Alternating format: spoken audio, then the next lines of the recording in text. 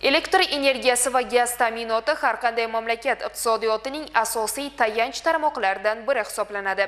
Shu bois ham mamlakatimizda so'nggi yillarda ushbu sohani tubdan yangilash, zamonaviy talablar asosida rivojlantirishga qaratilgan keng ko'lamli islohotlar amalga oshirilmoqda. Navbatdagi lavhamizda bu borada viloyatimizda amalga oshirilayotgan ishlar tahlili jamlangan.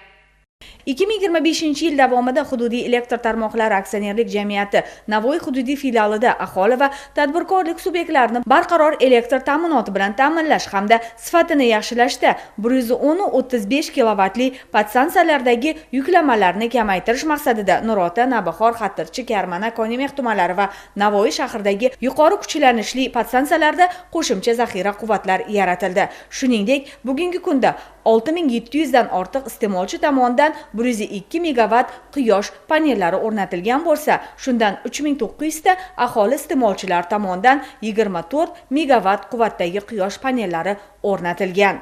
Qish mavsumiga tayyorgarlik ko'rish uchun 5200 kilometr tarmoq hamda 1700 kilometrga yaqin transformator punktlarida joriy mukammal ta'minlash ishlari olib borildi. Bundan tashqari avariya brigadalar, zaxira materiallari yaratilgan. Avariya brigadalarimizda maxsus texnikalar 64 ta, avariya brigadalar uchun texnikalar 92 ta hamda brigadalarimizda 245 ta xodim biriktirildi. Xuddi shunday zaxira materiallari 161 ta transformator, 102 tonna transformator moyi, har xil quvvatli himoya vositalarimiz hamda kabel mahsulotlarimiz. Bundan tashqari 840 ta temir beton tayanchlar zaxiralari mavjud. Bundan tashqari mana shu qish mavsumini betalofat o'tkazish uchun mana uzluksiz 24 soatlik navbatchi tashkil qilingan.